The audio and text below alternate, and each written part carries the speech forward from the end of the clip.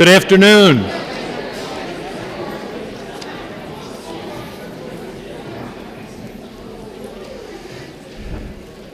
Welcome. I think every single person in this room knows that our theme this year at Mount Aloysius has been the common good, 21st century citizenship. That theme, that charge, asks us to think about the value of citizenship, the idea of a common good, and the special challenges of the times in which we live, the 21st century. It's certainly not a new debate, just a perpetually unresolved one. It's a debate that began at least 2,000 years ago when Greek thinkers first grappled with the conflict inherent in a vision of citizenship that sought both to protect individual rights but also to promote the common good. Plato and Aristotle in those early debates, taken up later by Christian theologians like Augustine and Aquinas, Luther and Calvin. Thomas Aquinas felt that the biblical admonition to love thy neighbor was a guideline for governance as well as for religion. And during the 17th and 18th centuries, Hobbes and Locke and Rousseau and others took up this debate between individual rights and state sovereignty. Terms like laissez-faire, social contract competed for primacy in their writings. Early American leaders were also attuned to these challenges. Ben Franklin in Philadelphia, Paul Revere in Boston. Each had a strong sense of civic duty, cast in terms of de Tocqueville's greater good. And those two leaders personally pursued their belief by helping to build libraries, to create public hospitals, to fund mutual insurance companies, to start volunteer fire departments, and to found colleges, fraternal, and even intellectual academies. As Americans, we like to think that we aspire to Supreme Court Justice Brandeis's claim that the most important office in democracy is that of private citizen. I say like to think because as Americans we're so aware what a low percentage of us actually go out and vote on election day, really reflecting that belief. At Mount Aloysius, we're trying to practice what Brandeis encouraged, and we've been engaging the topic with our community since day one this semester. Most of the students in this room took a class called Connections. Our new students and our transfer students were challenged on the topic during their orientation. And we've had 7 all-college lectures like this one. A quick summary of them. Judge Clementic was here for convocation. He gave us a nice 3-part definition of citizenship: the personally responsible citizen, the participatory citizen, and the justice-oriented citizen. Vice President Biden's longtime aide, Terry Wright, he described a seamless citizenship from the nation's capital all the way to the neighborhood. Sister Marie Michelle Donnelly focused on the spiritual journey to the common good. Our own Sister Helen Marie coordinated a fascinating faculty dialogue on the topic from the perspectives of 4 distinct faith traditions. OIC President Tony Ross talked about Dr. Martin Luther King's notion of a more inclusive citizenship. And our former president and theologian, Sister Mary Ann Dillon, argued that the common good and citizenship are fundamental tenets of Catholic social teaching. Today, we will hear another perspective on citizenship in the 21st century, a global perspective, from someone who certainly has the credentials to opine on this topic. And to present those credentials, I'm delighted to be able to introduce to this Mount Aloysius audience Ireland's Honorary Consul for Western Pennsylvania and our friend, Mr. James J. Lamb. Thank you all very much, and thank you, President Foley, for inviting me to participate in this afternoon's event. You know, when I first heard and read about Jim Sharkey, I thought, how was this one man able to manage to do so much in such a short time? The Irish saying, "He's some man for one man," comes to mind. James Anthony Sharkey, born in Derry, Northern Ireland, is an Irish historian, a writer, and a diplomat. He most recently served as Ireland's permanent representative to the Council of Europe in Strasbourg and chaired the Council's Human Rights Committee. He served as Irish ambassador to a number of countries, including, listen to this, Australia, Japan, Denmark, Russia, Switzerland. Mr. Sharkey also served as a delegate to the Conference on Security and Cooperation in Europe, also known as the Helsinki Conference. These first face-to-face talks between Western European nations and the Warsaw Pact countries are credited as the first step in the long process of ending the Cold War. As Ireland's chargé d'affaires in Moscow, Mr. Sharkey was Ireland's first ever official representative to Russia. As ambassador to Russia, he served concurrently Armenia, Belarus, Georgia, Kazakhstan, Kyrgyzstan, Tajikistan, and Uzbekistan. That's a lot of stands. During his service here in the United States at the Irish Embassy in Washington, D.C., Jim Sharkey helped shift the consensus among America's political leadership toward active support of a negotiated nonviolent settlement to Northern Ireland's dirty war. These efforts eventually led to the 1998 peace accord known as the Good Friday Agreement. The provisions of this agreement for political power, sharing, and economic development have given birth to a new era of peace and stability for most of the people of Northern Ireland. Ambassador Sharkey earned degrees in Russian and Russian history from the University of College of Dublin and Birmingham University. He began his career as a teacher in Stepney, England. He's an author, has done some works on Scots Gaelic language, the folk history of his beloved Inishowen Peninsula in County Donegal, Ireland, and works on the Russian peasantry and other thoughtful topics. He's an author, a teacher, a historian, a diplomat. Yes, truly, some man for one man. Jim Sharkey is a lifelong friend of the late Irish Nobel laureate Seamus Heaney and the playwright Brian Friel, who I believe he spoke of in a lecture here at Mount Aloysius earlier this semester. Jim Sharkey is featured in the award-winning documentary called The Boys of St. Columns, along with Seamus Heaney, the Nobel Peace Laureate John Hume, one of my favorites, Paul Brady, Phil Coulter, and several other men of renown within Irish culture and politics. Ambassador Sharkey and his wife Sadie have 3 children and split their time between their homes in Inishowen, Donegal, Ireland, and Sicily. It is my great honor to introduce Ambassador Jim Sharkey.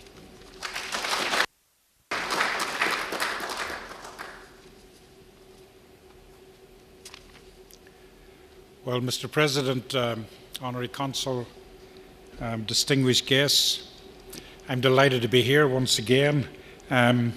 We have now spent 2 weeks in Mount Aloysius College, exploring the lovely countryside around here and in the lovely weather. I thought that this morning I thought that spring might finally have arrived for my spring honours lecture. But as you can see, the gods are still making up their mind whether I have a right to be here or not. It's sometimes said that in diplomacy that Americans begin their speeches with a joke, the Japanese begin them with an apology, the Russians begin them with a toast, and I'm going to begin them with a confession. My confession is this, that I always wanted to be a teacher. My mother wanted me to be a teacher. All my friends were teachers. And so I don't know how I ended up in diplomacy. When my mother heard that I was becoming a diplomat, she asked me, what exactly does a diplomat do? So I said, well, a diplomat is somebody who goes abroad to work on behalf of his or her country. Oh, she says, abroad. Son, she says, with all the money the government has spent on your education, could you not have got a good job at home? But I'm deeply honoured to have the opportunity to spend time with you in Mount Aloysius College and to renew my friendship with your president, Tom Foley. I've known Tom Foley since my years in Washington, D.C., when we both worked together on behalf of an organisation called the Friends of Ireland, founded by Speaker Tip O'Neill and Senator Edward Kennedy with the purpose of assisting the movement for peace in Ireland. In those days, we called your president young Tom Foley. And actually, we still call him young Tom Foley. And this is to distinguish him from Tom Foley Sr., who was a congressman and a former Speaker of the House. But I've long been an admirer of young Tom Foley. It always seemed to me quite an extraordinary thing, a remarkable act of courage for a young man from Philadelphia in the 1970s, and I'm sure he hates me for saying this, but a young man from Philadelphia in the 1970s to travel off to distant, rain-swept, war-divided Belfast and work in the thankless job of peace and reconciliation. And I never had the chance formally to do it, but now I do it. I thank him for that courageous effort, which I see as an outstanding example of engaged citizenship on behalf of the common good. I should also say that I'm an admirer of Sister Catherine Macaulay. About 10 minutes from my home in Dublin, there is a statue of Catherine Macaulay. There she is with her arms open, welcoming the poor of Dublin into her special house, the House of Mercy in Dublin. And her personal service on behalf of the poor and the sick in 19th century Ireland is a story of selfless, and I would say even saintly devotion. Within barely 2 decades of the foundation of her sisterhood in Dublin, the Sisters of Mercy had already established themselves all over Ireland, in Scotland, in England, in America, in Canada, Australia, and New Zealand. Quite an extraordinary story. And Pennsylvania was one of the very first places to which they came. There was a bishop in Pittsburgh, Bishop Brian O'Connor, who spotted the good work of the sisters in Ireland from the beginning and who brought them here. And your college, impressively and poignantly, if you go and walk in the little graveyard outside, is a part of that noble continuum, part of that early flowering of zeal and compassion. Given all of that inspiring leadership, I fully understand why the concept of the common good is such a compelling theme for this college. And I'm delighted and honored to have the opportunity to speak about it, and also to the theme of citizenship and its challenges in the 21st century. But I hope you'll also forgive me if I introduce you, well, tell you about, because you know of some of them, tell you about some of my heroes, Irish heroes, people who are good citizens of Ireland and have been good citizens of the world. And I'm thinking about the Nobel laureate, Peace Laureate John Hume. I'm thinking about former Irish President and UN Human Rights Commissioner Mary Robinson. And I'm thinking about the poet Seamus Heaney, who also won the Nobel Prize, particularly because of the ethical content of his poetry. You'll see that in my lecture I also give a special place to the Universal Declaration on Human Rights. The Universal Declaration I regard as a sort of direction finder, or one of these Garmin electronic navigators that helps us up on our search, helps us move along the road in our search for the common good and for a more engaged citizenship. I was very interested in what your president had to say about the common good. Maybe he knows a lot more about it than me. But in preparing for this lecture, I wanted to see to what extent that maybe at long last there might be a common sense definition of what the common good was all about. For example, the idea that it is the duty of government, among other things, to protect the welfare of the most vulnerable, the sick, the elderly, and the homeless in society. Sort of basic tasks. But no such luck. Just as there is nothing common about common sense, and my wife keeps reminding me about that, I'm afraid there's nothing commonplace about the common good. Certainly, as your president has said, the concept has a distinguished and antique pedigree, reaching right back to classical Greece and embracing on the way Aquinas and Aristotle, or Aquinas and Augustine. In its modern manifestation, it finds early and eloquent expression in the American Constitution, the reference to the general welfare. But after that, debates about fairness and equality in society, certainly within 19th century liberal philosophy, have often triggered counterclaims of conflict with individual rights and freedoms. And that's a point that you just made. Here in the United States, the debate has been further complicated by concerns about federalism and states' rights and the constraints on government in imposing taxation. Thomas Jefferson famously wrote that the sum of good government is a wise and frugal government, which shall restrain men from injuring one another, which shall leave them otherwise free to regulate their own pursuits of industry and improvement, and which shall not take from the mouth of labour the bread it has earned. And that very limited view of government remains very much to the fore in American political debates even now. Within the Catholic social tradition, above all since the landmark encyclical De Rerum Novarum, and I'm sure we all had to study that and nearly learn it off by heart at school, at least in my time. You don't have to do it here, thankfully. But there has been a broadly consensual and dynamic approach to the common good as a natural end of good government. De Rerum Novarum, with its recognition of workers' rights and its equally strong defense of property, set the scene for progressive Catholic political thinking, which over time evolved in Europe into the Christian democratic movement, which is still very powerful.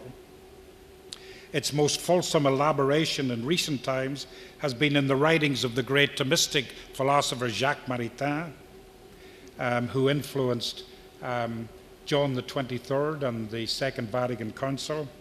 And Maritain sees no room, unlike the liberal libertarian tradition, he sees no room for conflict between the common good and human freedom, because what he sees is a natural symmetry between our roles as individuals and as members of a larger society. Although Maritain's approach is grounded in a spiritual and religious view of man's destiny, it finds parallel expression in more functionalist and secular European philosophies, such as social democracy, which emphasize above all the duty of governments in creating social cohesion. When I first came to Washington in 1980, great debates about freedom and the role of government and the individual, that was the stuff of everyday politics. Maybe it still is in America, I don't know. But in my very first week in America, I was in New York and I was at the Democratic Convention. And there in 1980, I saw Teddy Kennedy deliver his magnificent speech, very moving speech, concession speech in effect to Jimmy Carter, but a very moving speech in which he advanced the values of social compassion and social equality as being at the very heart of the American democratic achievement. For Kennedy, this was, of course, a dream that will never die. But I also encountered the equally famous statement of Ronald Reagan made during his inaugural address, which was to become the defining theme of his presidency. Reagan said, "In the present crisis, government is no solution to our problem, government is the problem." And Reagan also joked that the most terrifying words in the English language are, "Hey, I'm from the government and I'm here to help." Tip O'Neill called Reagan the acting president. But of course, Reagan and O'Neill were both Irish Americans. They both had a tremendous sense of humor. They both had known the hardship of the Great Depression. They both were great fans of FDR, and I think that helped them sort things out in the background. My initial assumption was that it would be very hard to trump the conservatism of Ronald Reagan, who was the great eloquent advocate of conservatism. But one day I was on the Hill and I called on a Democratic congressman from Georgia. I won't mention his name. And it was the day in which in Congress they were celebrating the anniversary, the 50th anniversary, I think it was, of the inauguration of FDR, Franklin Delano Roosevelt. So I said to him, why aren't you at this celebration? And I nearly dropped when he told me, hey, I wouldn't attend that celebration. I think that Roosevelt is a communist. And I was, as they say in Ireland, gobsmacked. But I made inquiries. He was a very decent man, I must say. I made inquiries, and he was indeed a very decent man. But I was told that his views were unrepresentative and maybe even a bit eccentric. But since that time, watching the television, CNN and Fox News, I've often wondered to what extent his views would still be regarded as eccentric and unrepresentative today. From a European perspective, there's no way that the moderate, modest social reforms of the New Deal could be regarded as communist or subversive of human liberty. That is not to say that a heightened state of alert is not a natural response whenever there is even the slightest hint of totalitarianism, communist or otherwise. Without the assurance and underpinning of democracy and respect for the inviolability of the human person, the exercise of nation building and social reconstruction can degenerate into dictatorship, as the nightmare of Nazi Germany and the horrors of Stalin's Russia have so brutally shown. But that said, there are in today's world other sinister, insidious and destabilizing threats to democracy and human rights, which we must also, in my view, guard against. Contemporary manifestations of the cult of the absolute self, what I call the cult of the absolute self, the excessive adulation of celebrity, the unencumbered pursuit of wealth, and the denigration of social conscience are also corrosive of democracy and human dignity. We've seen as a recent example how the unregulated pursuit of wealth helped to create a banking crisis, which in Europe and America still leaves us badly, badly bruised, and which we've been able only to contain by massive intervention of taxpayers' money. In the year 2007, the top tier of managers in the leading international financial institutions of the world were paid between $15 and $25 million per year each. $15 and $25 million per year each. That is more than 500 times the average annual wage of countries like Germany, Ireland, Britain, and the United States. The justification was that these huge salaries were merited because of the unique banking skills of the individuals concerned and their gift, above all, for risk management. But the financial collapse over which they presided makes nonsense of this claim and should teach us care and prudence. Even now, it's not clear that the lessons have been learned. There are other related problems and dangers: corruption and criminality. These can and do subvert democratic institutions and pervert the course of justice. In Africa and parts of Asia and Latin America, corruption has been a running plague, and the poor of these countries have, for the most part, borne a heavy burden.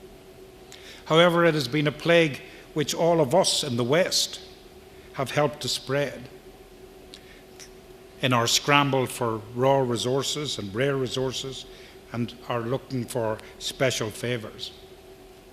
In Russia, it has complicated and delayed democratic progression.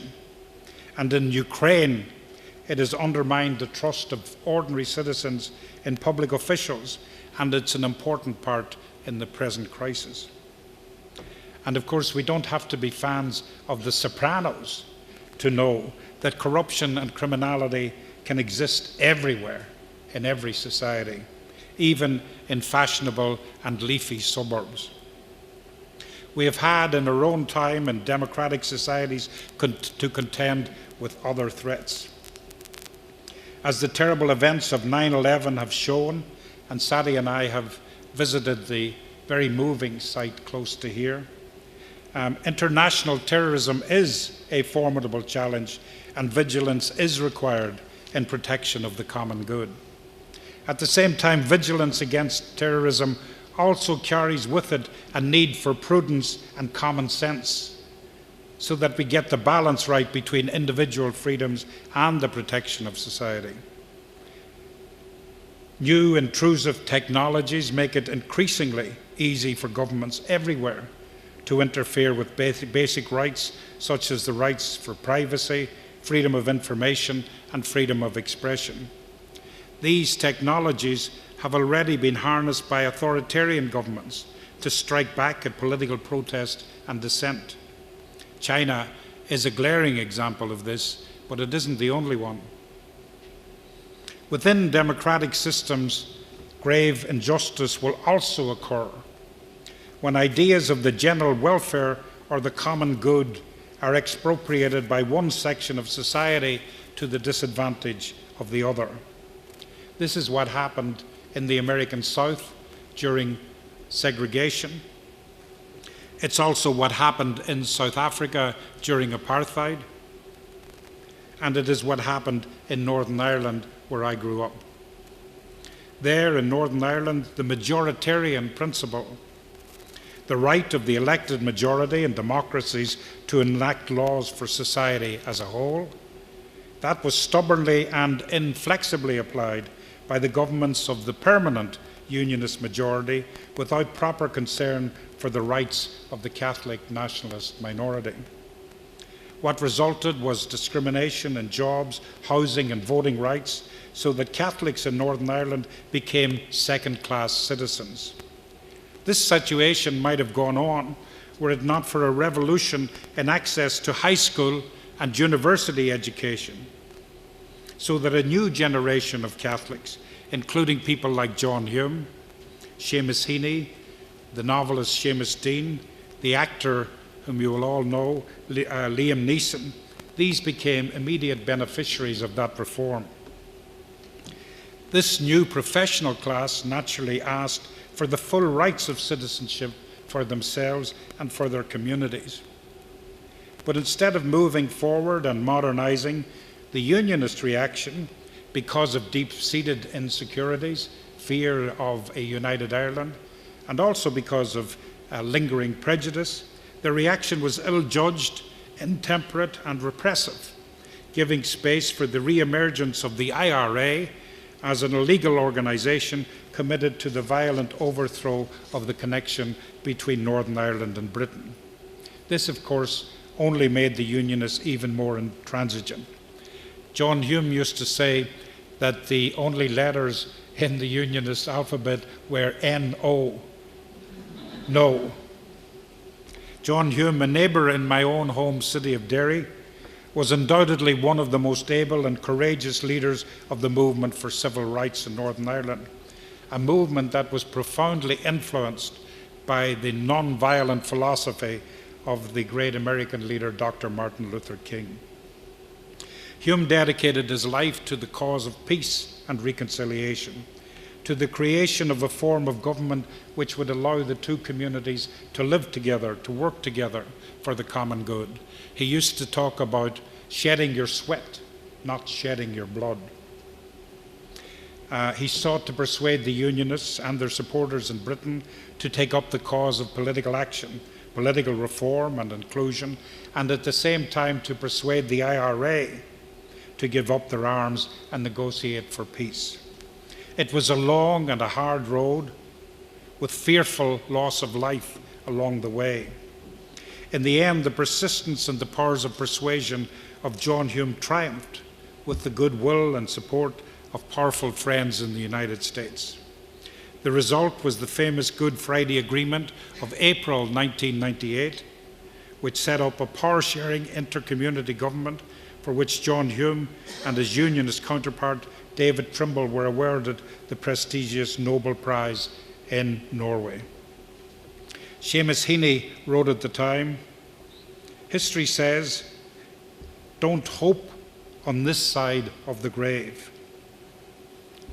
But then once in a lifetime, the target of tide wave of justice can rise up and help us all, and hope and history rhyme."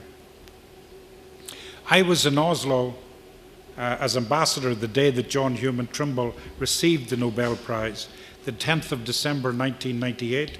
It was the 50th anniversary of the adoption by the United Nations in New York of the Universal Declaration of Human Rights. John Hume made a point in his Nobel address of underlining the importance of the Universal Declaration in his own political formation, and he also said that he wished, and I quote, "to see Ireland as an example to men and women everywhere of what can be achieved by living for ideals rather than by dying for them, and by viewing each and every person as worthy of respect and honour." For Hume, the Universal Declaration is one of the main building blocks of contemporary civilization, based as it is on the glorious hope, after the horrendous atrocities of the Second World War, that men and women everywhere can finally look forward to a better, more decent, more humane world. In a similar vein, John Paul II called the Universal Declaration one of the highest expressions of human consciousness in our time. One of the major influences in drafting the Universal Declaration was Eleanor Roosevelt, a very feisty defender of human rights. And she wrote memorably and eloquently that human rights begin in small places close to home: the neighbourhood, the local school, the college, the factory, farm, and office. Unless human rights have meaning there, she declared, they have little meaning anywhere. Eleanor Roosevelt could say this with such conviction because the Universal Declaration proclaims not alone those rights which are of the essence of our individual freedom, but also those economic, social, and cultural rights which we would regard as indispensable for physical survival, personal development, and for the good of society as a whole. The Declaration recognizes the right to social security, the right to work, the right to equal pay for equal work, the right to join a trade union, the right to a decent wage, the right to leisure and paid holidays, and much more. Rights that are to be employed and enjoyed without discrimination as to gender, race, or religion. To assert all of these rights at the universal political level of the United Nations, and on the same indivisible basis as civil and political rights, was a revolutionary breakthrough, one which was not uncontested at the time, and one which is still not found easy acceptance. But the truth of it is that since the adoption of the Universal Declaration, you can no longer have your cake and eat it, to use that expression. You cannot proclaim one set of rights and downgrade and dismiss or diminish the other. At times of rising prosperity, it may be that we take these economic and social rights too much for granted. Yet they represent the culmination of over a century of hard work, agitation, sacrifice, and strain by working families. In the United States, in old mining and industrial states like Pennsylvania, and all across Europe as rapid industrialization and urbanization took hold. In my own family, there is a tradition of connection with the Molly Maguires. I don't know if any of you have heard of the Molly Maguires, but they were a secret, illegal organization in western Pennsylvania in the coal mines. And there is a debate as to whether they were an early trade union or an Irish secret society. but they were persecuted, outlawed, and they suffered greatly. And of course, in my family tradition, they were always heroes. But they were, if you like, fighters against injustice. This same unrelenting fight for survival is the reality of everyday life for billions of our fellow human beings who are part of our global community. The terrible statistics of their plight can never be repeated too often. It really is quite amazing. Over 2 billion men, women, and children struggle to get by on less than $2 per day. And more than 1 billion of them have less than $1 to live on per day. People so desperately poor are vulnerable to every minor tremor in their economic and social circumstances. More frequently, they have to endure massive disruption and upheaval. Drought, flood, famine, the cruel displacements of war and other man-made calamities, as well as repression, exploitation, discrimination, and disease. Something like 50,000 people die every day of preventable poverty-related diseases, 2/3 of whom are children under the age of 5. President John F. Kennedy attributed the persistence of global poverty in a world of plenty to a lack of will on the part of the international community. 50 years later, former Irish President and former UN Commissioner for Human Rights, Mary Robinson, could identify this same collective failing as still being at the root of the problem. The inequalities, she said, the inequalities that we face are a terrible indictment of our collective humanity. It is too much even to say that we face them. The truth is that most of the time we ignore them or are indifferent to them. Yet these global inequalities should haunt us and should shame us. For the first time in human history, we have the capacity and the resources to eliminate them. What we lack is the political will and the sense of urgency. That was 50 years after President Kennedy made the same point. Mary Robinson, and again, I don't know how many people here have heard of her, other Irish personalities like Bono, who are engaged in the effort against world hunger, might be better known among young people. But she is a truly admirable figure. All of her adult life, she's been a fighter for the rights of women and children and for the cause of the dispossessed and the disenfranchised everywhere.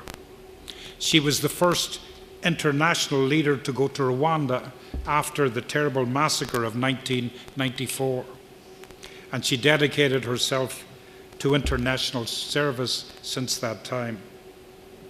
She has been particularly critical of the very uneven progress made in eradicating world hunger and inequality promised by the UN Millennium Summit held in New York in the year 2000. Next year, 2015, was to be the target year for the realization of all the many goals which were set by this great collection of world leaders in 2000. But instead now it seems that 2015 will be a year not of triumph but of stock taking, when we will have a look at what has been achieved and how much yet has to be done. But hopefully it will also be a year for rededication to the war against world hunger and inequality, and for the reprioritization of the many millennium targets still outstanding. For this college, with its heritage and with its tradition of outreach, I know that this is a special concern and will be a special concern for you to ensure that the world responds properly, given a second chance.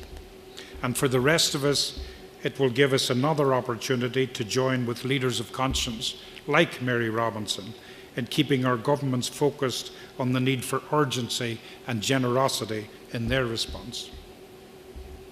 The fearsome gap between rich and poor, between our world and parts of Africa, was brought home very dramatically and very poignantly to my wife and myself earlier this year when we were on a trip to Sicily, of all places. But there on the beach, we found a half-inflated inflatable boat full of water, full of empty water bottles, full of torn sandals, shredded life jackets, all of the sad detritus of a terrible journey across the high seas. And luckily, the people who had been on that particular inflatable raft had been saved and were in the care of the Italian authorities. But just as easily, and it happens all along the Mediterranean coast now, they could have been drowned, led astray by unscrupulous middlemen who put them out to sea with little or no protection, just to face the high seas. And what struck us, because these young people were walking around the town now, was their tremendous courage and the urgency, desperation of their need to come to Europe. But also the hospitality of the Sicilian city where we lived, because although they didn't have much themselves, they were happy to welcome and to share their resources with these unexpected strangers. And I thought that the Sicilians showed a really uplifting example of engaged citizenship and the common good. I'm often asked which countries where I served most impressed me, and your president asked me to address the same theme. And of course, for a diplomat, it's a very difficult thing to do, because by the nature of our trade, we're supposed to be neutral. In this sense, a diplomat has sometimes been said to be a person who is, on the one hand, paralyzed between the risk of indiscretion and, on the other hand, the fear of being indiscreet and irrelevant. The Irish playwright Brendan Behan went a bit further, and he defined a diplomat as someone who is trained to sit on the fence with his ear to the ground. But given the theme of our talk, citizenship and the common good, I will make an exception today and say that leaving aside the United States, I have to leave aside the United States, it was without doubt the Nordic Scandinavian countries who most impressed me. They offer an attractive blend of political freedom, social compassion, international solidarity, and unadorned plain talking.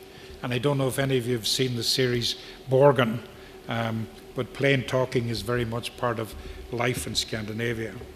Time and again, these Nordic countries are found at the top of international performance leagues for high productivity, competitivity, industrial innovation, excellence in education, affordable healthcare, gender equality, protection of the environment, and general quality of life. And of course, these societies are by no means perfect, but then who is perfect? And in the United States, you would probably regard them as high taxation countries, a terrible sin.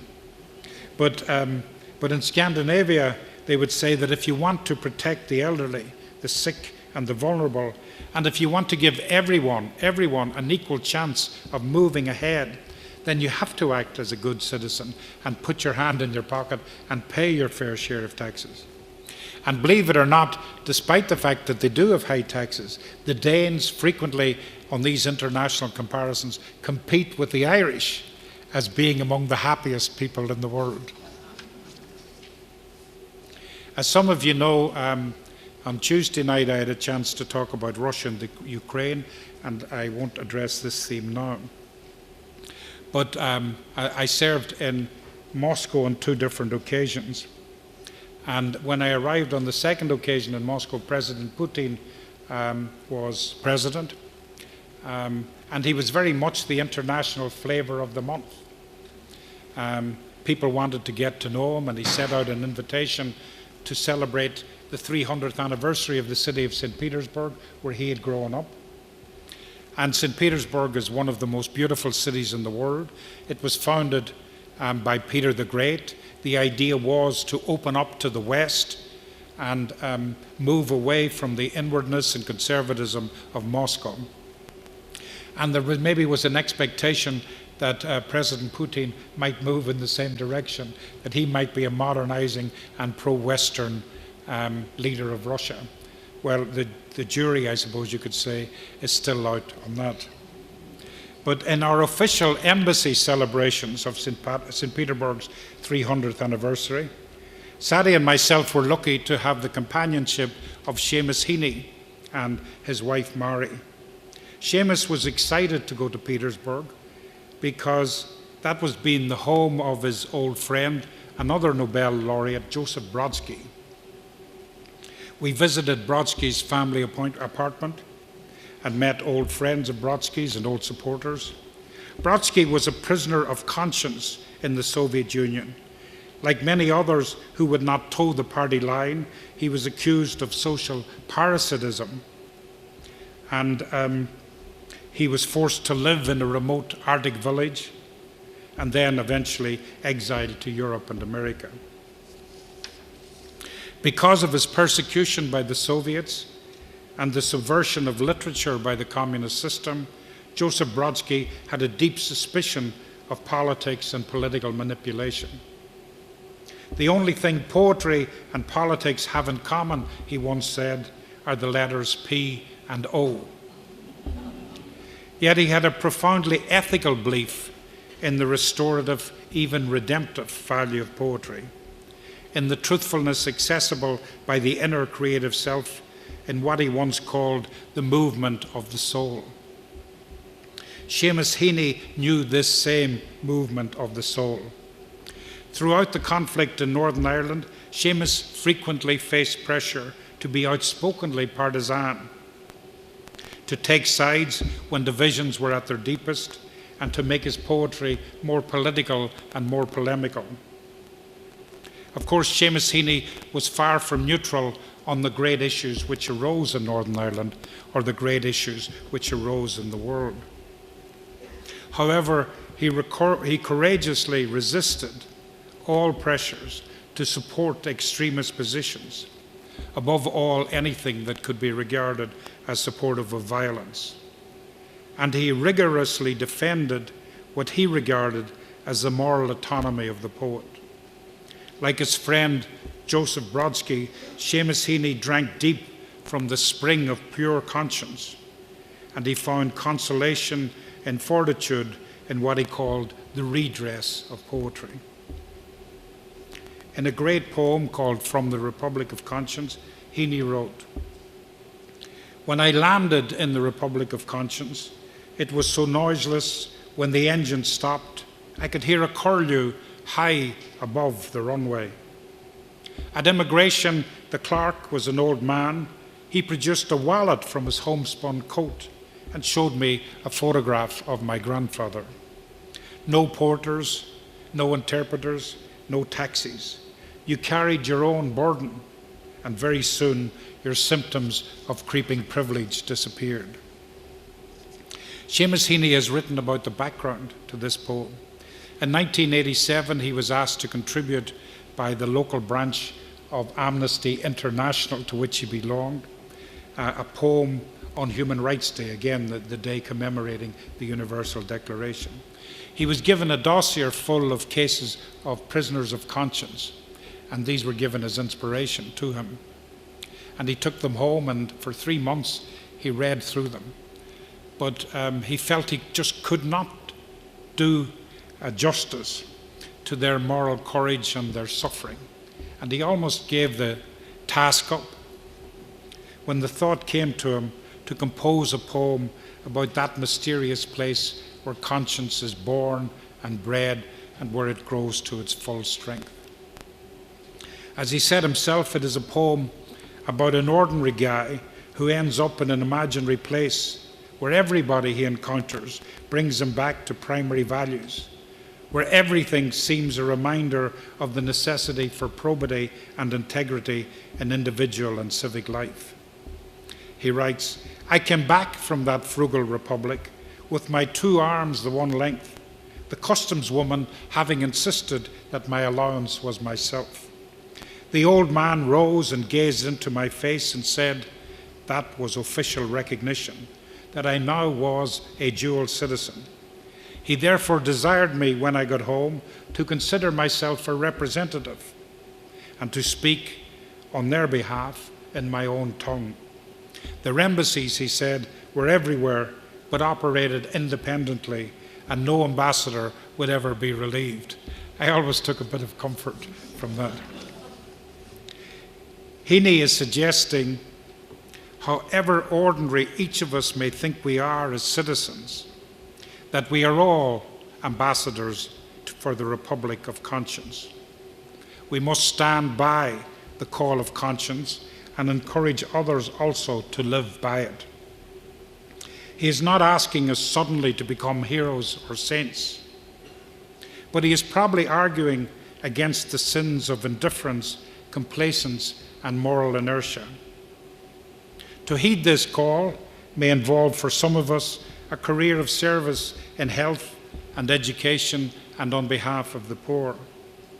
For others, it may mean a more active political participation or engagement with local charities, or perhaps some form of practical support for international causes. It could even involve a position of measured skepticism and self-inquiry and critical distance when we are overwhelmed by the torrents of excessive arguments and polemic and campaign rhetoric when the elections are all upon us.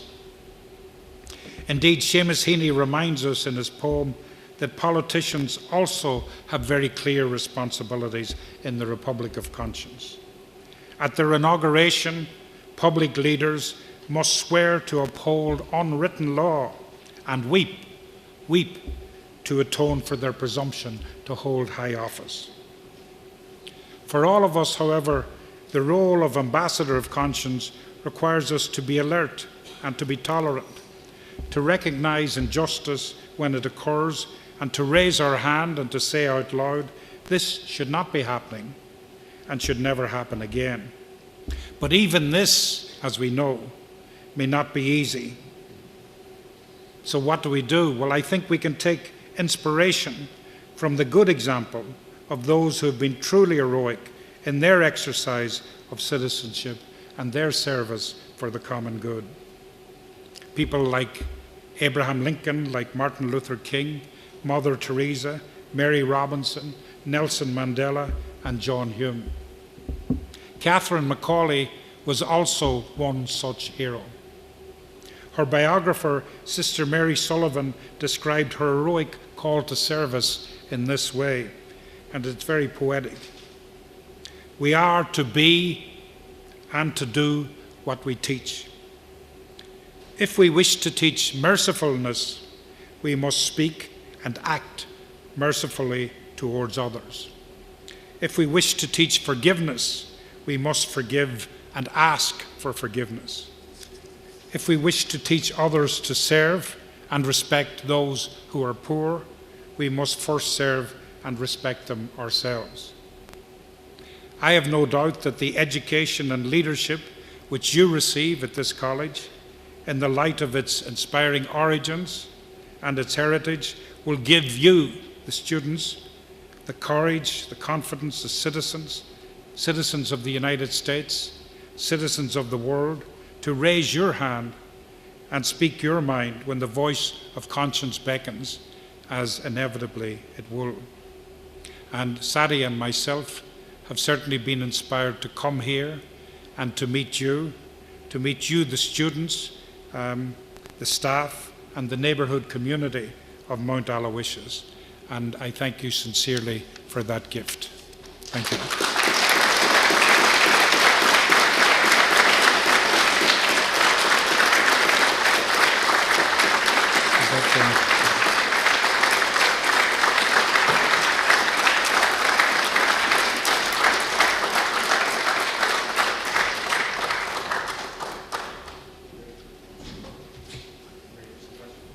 Does this work? There it is. We'll take some questions from the floor. All right.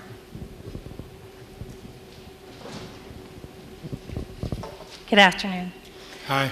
One of the themes that we've seen throughout the lecture series this year has been how a strong sense of citizenship is essential to supporting the common good.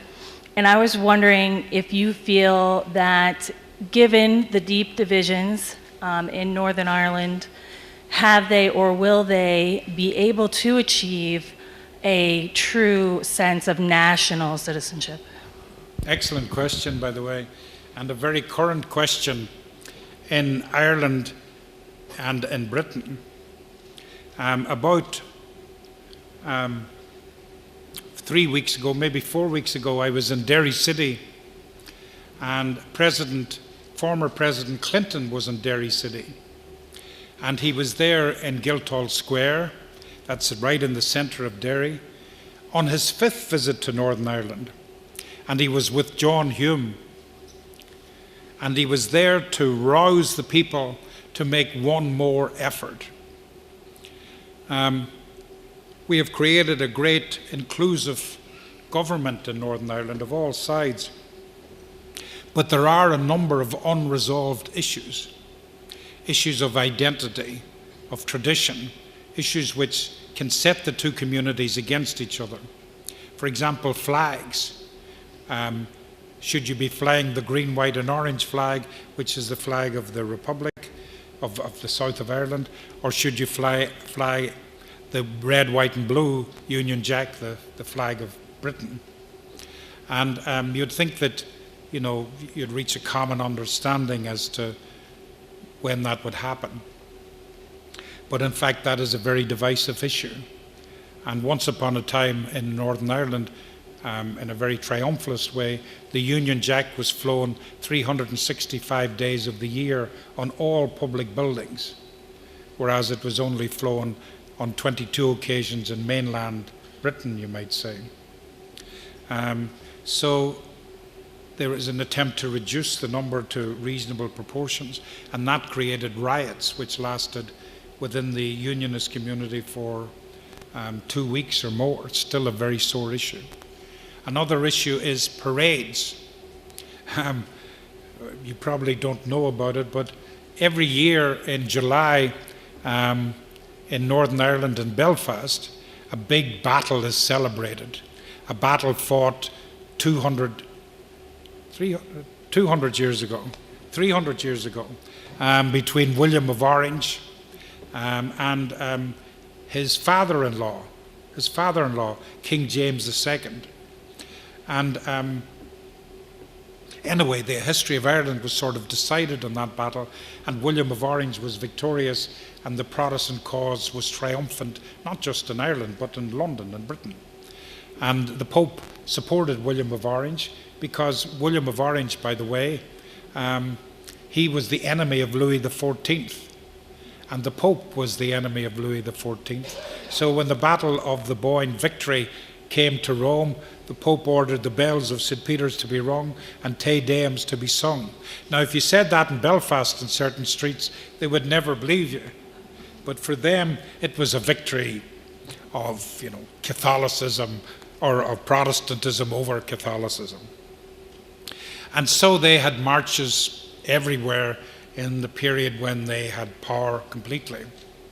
And the more remote the Catholic street, the more they would want to walk up it with their great drums and so on. And an isolated Catholic church, they'd want to walk around it 20 times beating their drums. And again, attempts have been made to rationalize that. But again, every attempt to rationalize it can cause a backlash. So you have to tread very, very carefully. And what President Clinton was saying, please, one more time, go back to the drawing board. The Americans were over last year and early this year, a fellow called Richard Haas, and he produced a solution, sort of compromise. One side accepted the compromise, the other side didn't. So Clinton was saying, please go back, look at the compromise, accept it. The world has watched Northern Ireland with admiration. It has praised what you have done. you have become an example to areas of conflict elsewhere in the globe. So please, fulfill your destiny and do not be trapped by the legacy of the past. And so that's where we are now, trying to respond to President Clinton's call, which is also the call of people like John Hume. Another question?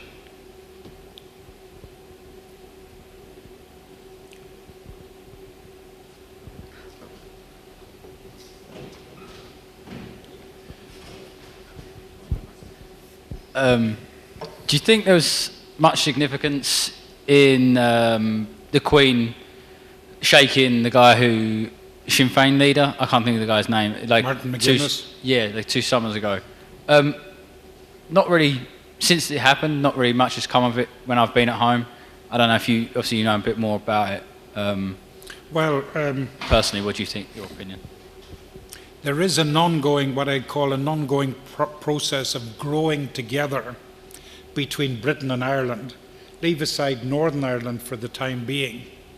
But the solution, the Good Friday Agreement in Northern Ireland, created a base for an even closer cooperation and coming together between the two islands of Ireland and Britain, which in a way have been close together, sometimes involuntarily, for 800 years. But one aspect of that was a visit by the Queen to Dublin.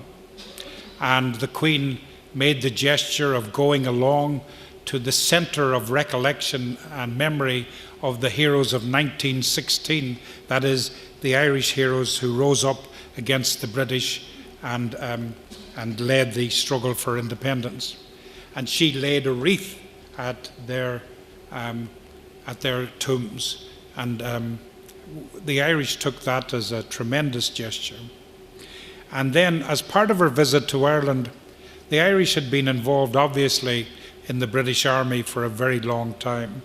And we had been involved in the First World War. And 50,000 Irish people died in the First World War. But because of the nature of Irish history, that memory had been erased. Because, of course, when those soldiers came back, they found that their brothers were fighting the British. So they also joined in fighting the British. So the notion of the comradeship of the trenches and the First World War, that was sort of forgotten. But in recent years, because of the suffering and deaths involved, there has been a revival of interest and reconciliation around that point. So the Queen also laid a memorial at the Great War Memorial to the First World War in Dublin, attended by the Irish President and the Irish Prime Minister, and also the Prime Minister of Northern Ireland came down for that occasion. Then the return visit was the visit of the Irish President to London. So that again, it was the twin of the visit to Dublin. Now Sinn Féin, which is the organisation which shares power with other parties in Northern Ireland, and which was the spokesperson for the IRA during the period of the Troubles, they didn't attend the Dublin ceremonies, but they made a point of attending the London ceremonies. And that was an act of reconciliation on both sides. Martin McGuinness, who is co-Prime Minister in Northern Ireland, went to London and he took part in the banquet in honour of the Irish President, hosted by the Queen. He shook the hand of the Queen shook his hand. So there was a certain amount of criticism of the Queen in the English papers for that. But in fact, it's all part of a process of reconciliation and growing together, which is much greater than the relationships in Northern Ireland. The relationships in Northern Ireland will only finally be healed within the context of the growing together of the peoples of the two islands. And recent polls, and since the Good Friday Agreement and since the end of IRA violence, polls in England have shown that more people in the English tradition are prepared to come out and say, like Irish Americans, hey, I have an Irish ancestry. It's incredible, but I don't think it could be true. But in a recent poll, 40%, but 40% of young English people said, yeah, my great-grandmother or my grandmother was Irish. And of course, many of the great rock stars of England are of Irish origin. You know, people like the Morrisseys and Elvis Costello and so on. They're not known maybe in the United States, but Boy George, they're big names. They're big names in England and Ireland.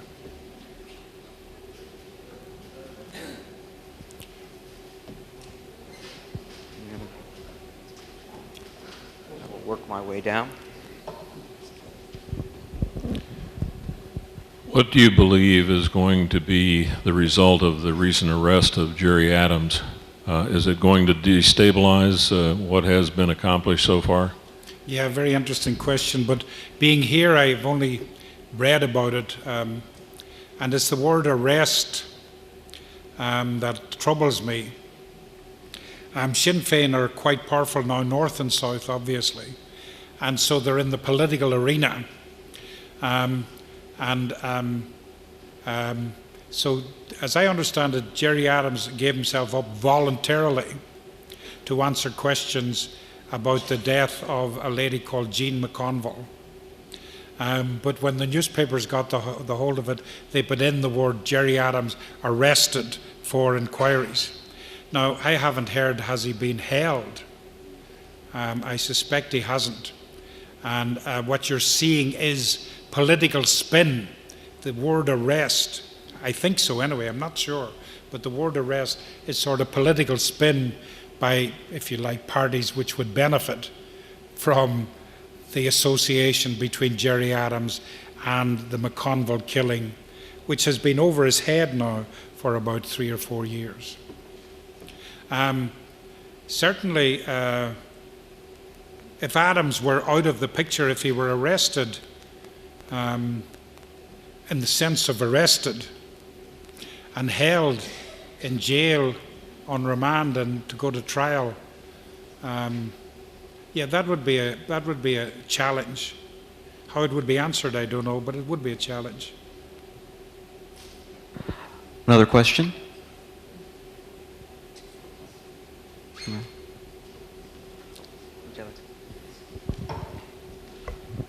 Hi. In the summer of 2012, I actually visited Ireland as a people-to-people ambassador, and I know things have changed since then, but is there anything else that we can do as college students right now to help the situation in Ireland and in Ukraine or anywhere else that needs diplomatic assistance? Good question.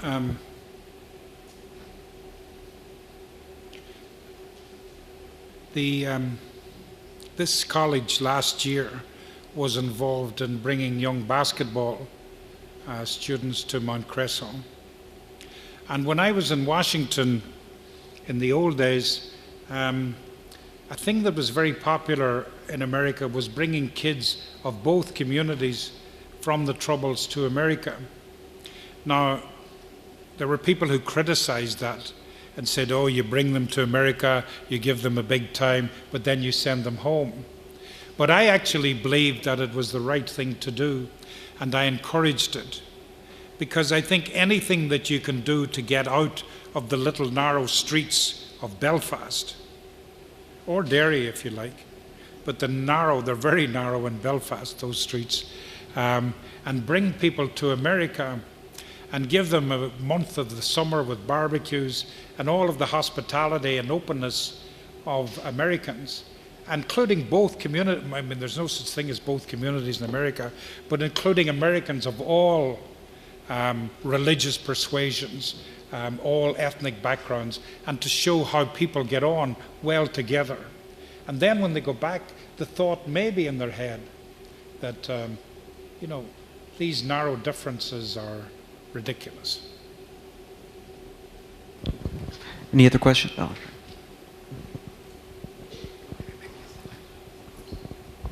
Yes, sir.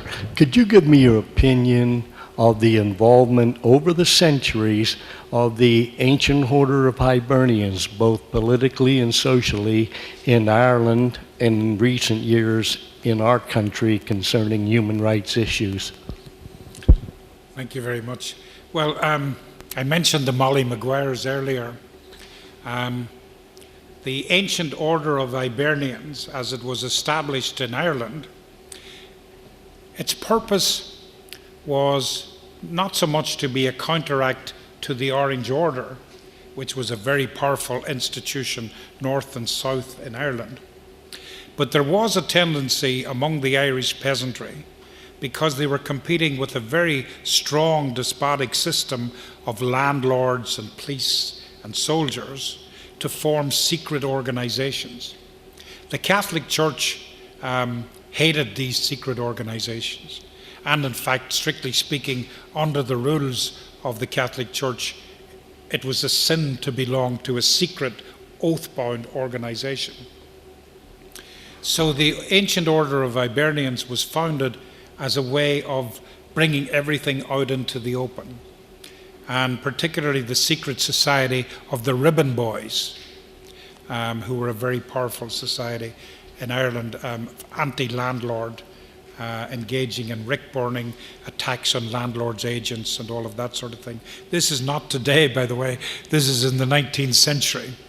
In America, the Irish brought over both the secret society tradition with them, but also the AOH.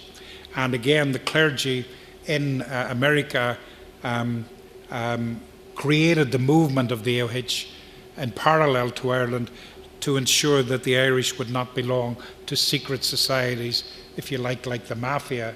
The Italians, again, carrying their traditions with them, facing the same sorts of pressures and despotisms, created an organization called the Mafia.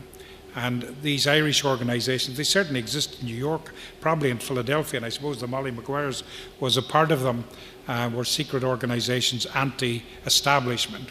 But the AOH was an attempt to regulate them, bring them out into the open. And in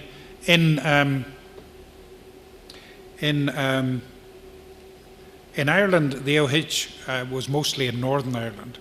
It didn't exist very strongly in the south, for reasons relating to Northern Ireland. Once upon a time, there was a great Northern Ireland political leader called wee Joe Devlin. Joe Devlin. He was from Belfast, and he was close to Parnell and all of that tradition. And he built up the strength of his movement around the AOH.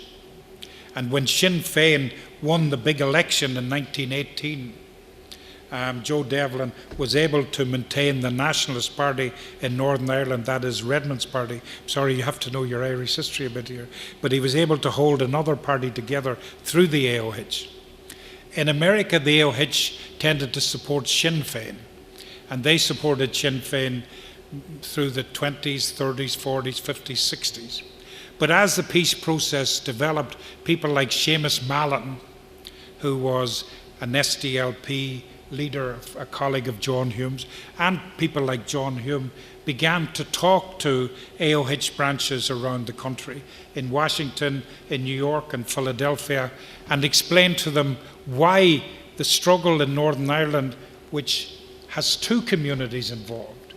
You know, it's not the Irish fighting against the English, although the British are involved. There is a huge population of Unionists, people who regard themselves as British, who are Protestants, also involved, and violence only makes them even more opposed to a united Ireland. So people like John Hume and Seamus Mallon began to bring that message. And then when John Hume succeeded in bringing Sinn Féin into the political process in Northern Ireland and in Ireland, then people like Gerry Adams and Martin McGuinness also brought the AOH here into play a very, very constructive role in creating peace in Ireland. And I should thank the AOH for the role they played.